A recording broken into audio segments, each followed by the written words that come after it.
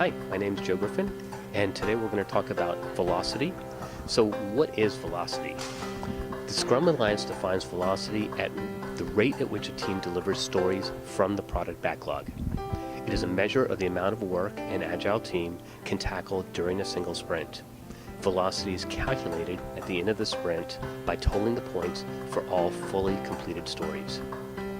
Points from partially completed or incomplete stories are not counted when calculating velocity, since an incomplete story wouldn't provide any value to the end user.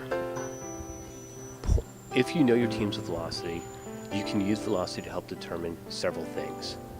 How much value you have delivered up until now in story points and done user stories, when you'll be able to deliver all user stories in the product backlog, and how many story points you can do in a particular sprint. A team's velocity will help forecast how many stories a team can complete in a sprint.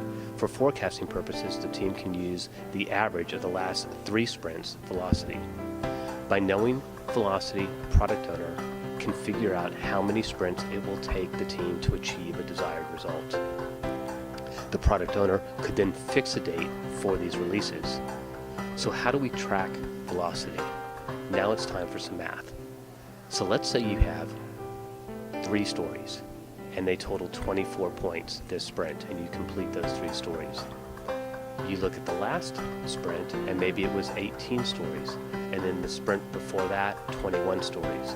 If we take the average of the last 3 sprints, it's 21 stories.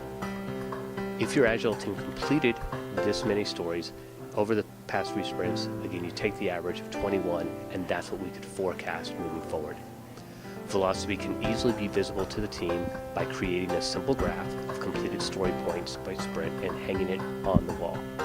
That would be an example of a burn-up chart. It shows how much work has been completed with a separate line showing the total amount of work. Also, teams use a burn-down chart. Burn-down charts are just the opposite, and you're taking the total number of story points that you've planned and going down to 0. No matter which type of chart your team uses, make sure it is visible to the team. Stay tuned for more videos about how you can join our movement to transform M&D's new way of life with Agile.